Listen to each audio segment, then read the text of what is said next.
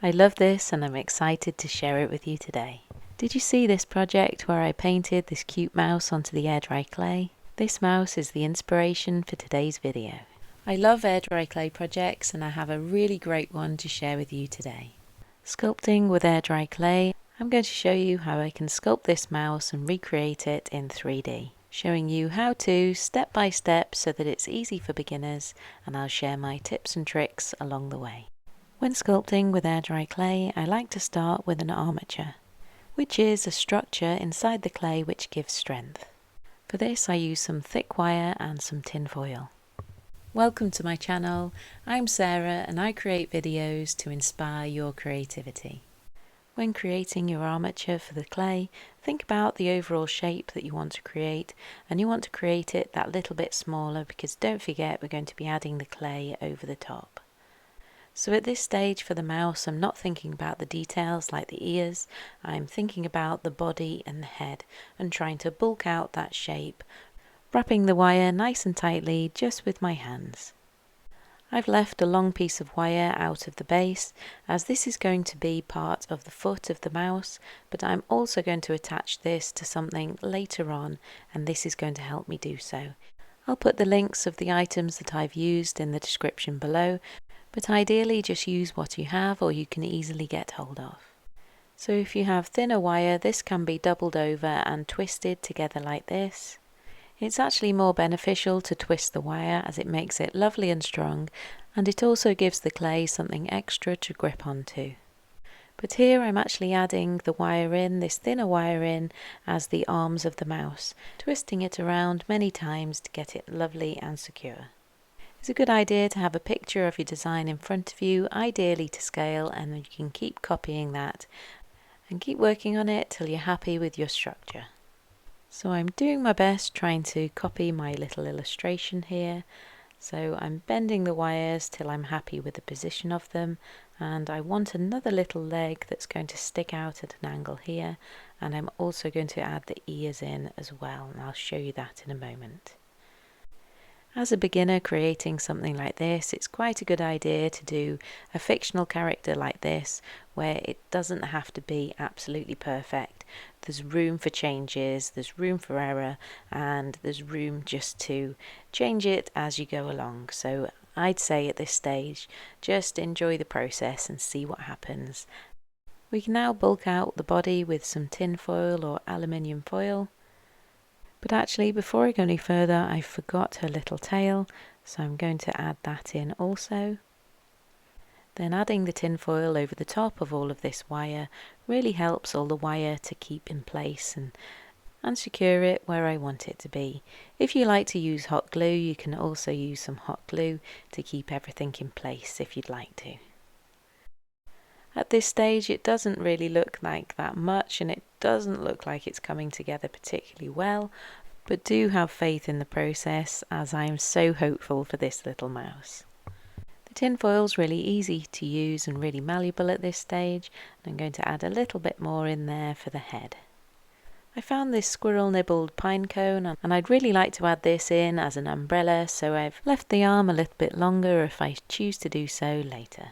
Das air dry clay is typically my clay of choice, but if I make the limbs and the tail out of the air dry clay, it will simply just crack. So I have this other clay, which is Das Smart polymer clay. Polymer clay requires baking in the oven, but it comes out much stronger than air dry clay. So for the fine detail, this works really well, and in this project I mix it up and I'm using polymer clay with air dry clay. Polymer clay needs to be kneaded really well to make it nice and soft and malleable. Then I've rolled it really thin and I can fold this and mould this over the legs and the arms to form them. And as you can see, I'm able to get some really fine details, and I'm going to bake these and set these, but then I am going to carry on the project with air dry clay, as air dry clay is definitely my most preferable medium. I love the effect and texture that I can get with air dry clay. Air dry clay is also much more economical when it comes to making larger pieces. And thank you to Das for sponsoring today's video. Just by using my fingers, I'm able to mould the polymer clay until I get the first little leg of the mouse. I've covered one of the arms and added a tiny little foot onto the wire. I don't need to cover that base wire as it's already the right thickness, and a little bit later I might just add a little glue to hold that polymer clay firmly in place. We'll see how it comes out of the oven. The wire is lovely and thin, so I'm able to get a lovely thin and dainty tail. If this was air dry clay that I was covering all the limbs and the tail in, once it's dry I would be really worried that it would snap, but using the polymer clay gives me the confidence that it's going to be strong and robust. So as the armature is coming along, you can see there's still plenty of space to add plenty of air dry clay for the sculpting later on, but we're forming that armature and that base to build on. The ears are another part of this sculpture that could also be very vulnerable, so I'm choosing to also make these out of polymer clay. I bent some wire, as you can see here, and I have my polymer clay that I'm making into some round discs. I place a disc of clay either side of the wire loop, just overlapping slightly, and then I pinch these together and we can create really quite a strong structure in that way. So if you think of the sculpture you want to create and break it down into the different elements and different shapes, it all becomes that little bit easier, and you can see these things as shapes rather than one whole big piece. We can place these shapes together to create our design. To firm these up, they now need to be baked in the oven. Follow the instructions on the packet. I'm feeling a bit peckish, so while I have the oven on, I'm throwing together a few scones. So a reason I love air dry clay so much, you don't need to bake it, you leave it simply to air dry, as I always find myself doing these other things when I find myself down in the kitchen having to turn the oven on. But still, they're going to be delicious. Now for the mouse to be baked, I've just placed her on a piece of tin foil on a tray. She's cooled and hardened. I can now add the ears into the sculpture. And yes, the scones are delicious, even better with some homemade jam. I have my Das air dry clay at the ready, and I can either roll this out to a thickness with a rolling pin, but often with projects like this I just pinch the clay in between my fingers. As this is a fairly small project, I find it just as easy to do with my fingers. Have your picture in front of you and keep working from this, and what we want to do is add the clay over the top of the tin foil, working on small sections at a time. As you can see, I'm bending the clay around the limbs and just using my fingers to push the clay in place. Not using any fancy tools in this project so far. If you're new to this and you don't have any clay already, I do recommend that you go out and get a packet of Das air dry clay and just see what happens. Just create a structure underneath, even if it's just out of the tin foil, and make something really simple to begin with. To give more shape to the mouse's nose and face, I've created a little ball and I firmly press this into the tin foil and wire. I next attach the ears into the armature, and using the wire that's come out of the loop, I can bend this over, and if I hook this over, I can kind of hook this in, and it secures in a little bit better if you have a hook rather than something that is straight that could come out. The hook gets stuck inside and it is more permanent in there.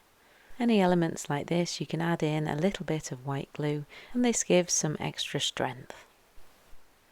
I can then add the other ear and continue sculpting with the air dry clay. Then make sure you let the glue dry for long enough to make sure it's fully dry. All these parts of the process do take time, and do allow yourself plenty of time and enjoy the process, and hopefully then you'll be satisfied with the finished result. The glue is still wet at this stage, but I'm adding in some fresh clay to finish off the sculpting.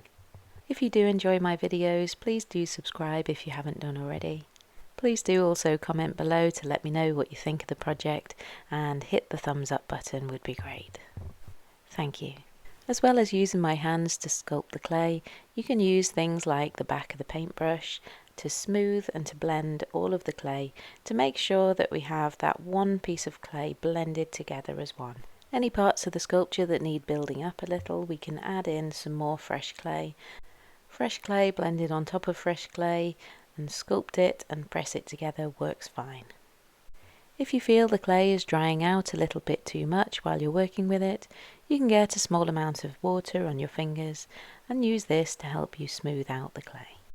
With this mouse, I just want the basic shape to be right. I'm not too worried about it getting it too smooth, as I'm going to be adding some texture. Also thinking about adding this umbrella.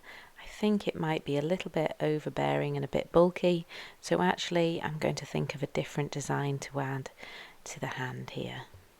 And that's the beauty of creative projects, we can change our mind as we go, letting the project evolve. With a basic table knife, I'm starting to add some texture, that fur, into the mouse's coat.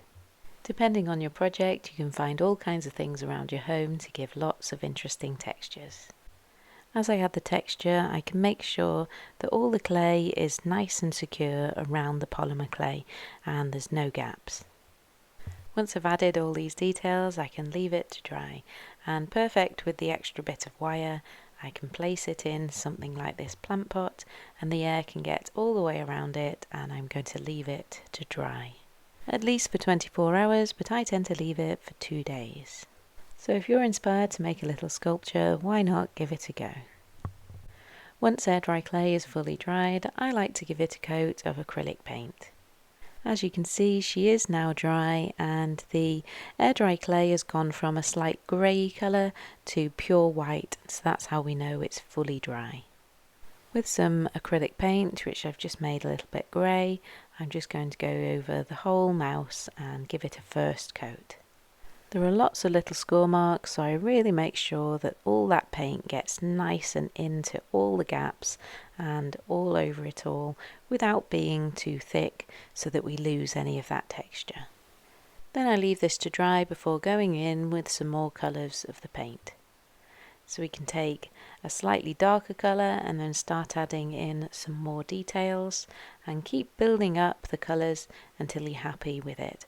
I'm basically just going off the illustration that I first created, adding in all the colours and as many details as I can to really make the little character come to life. Adding in some little bits of pink like this and some details really do make the character really fun.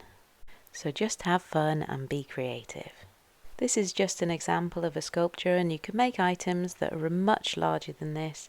I have some other videos where I make different kinds of sculptures, so please do take a look at those as well. My little illustrated mouse has some nice white highlights, so I'm adding these into my mouse sculpture as well. I'm quite happy with how she's looking so far. Now I need to add in some darker details and then the black. What kinds of sculptures are you interested in making? Please do let me know in the comments below. As you paint your sculpture, if you feel something didn't go quite right, you can either wipe the paint over or you can let it dry and you can paint over it again in the correct colours, but just you can keep adding paint, keep adding texture, and just really do enjoy the process. I'm still thinking how I could finish the mouse's hand and what accessory I could add on there. I wonder. The beauty with adding the polymer clay onto the arms, there is a slight bit of flex still there. For one of my last projects, I made some little miniatures, and these are miniature cakes, so I thought maybe she could hold a slice of cake like this, or what could it be? So if you didn't see that video, please do take a look at that one. It's a really nice one where I make some miniature clay charms. Reaching for some more of my Das air dry clay, I've decided I'm going to make my little mouse a little book to hold in his hands. So just making a rectangle, it's really easy to make a little book for him to hold. Making clay miniatures is lots of fun, and I'm going to have to make lots more of them, I'm sure. Again, using things that you have around your home, easily accessible as some tools. I'm really enjoying this project, and I'd love to make so many more little characters in this way, as it is absolutely great fun, and I hope this is inspiring you to make something else from air dry clay. Leaving a little extra wire on the end of the arm and bending it over in a hook, I'm able to really attach the book on in this way, just adding the tiniest bit of air dry clay at the end so that that looks like his little hand holding the book up. I leave this to dry fully, then I go in and paint this with some more acrylic paint. Once everything's painted and fully dried, I go in and give everything a nice varnish to just seal and coat and protect it all. I have other videos about the different varnishes to use for air dry clay. I then leave this to dry fully, and you could actually use this as a little stake for in your plant pot, and you could have it as a little plant friend, but I have found a little block of wood, drilled a hole the same size as the wire and pushed this in, and just so it doesn't stand out so much, I give this a coat of white acrylic paint and then some varnish. And there she is, as cute as she can be, my version of my illustrated mouse as an air dry clay sculpture. Let me know what you think below. Thank you for watching, and I'll see you in the next creative video. Bye for now.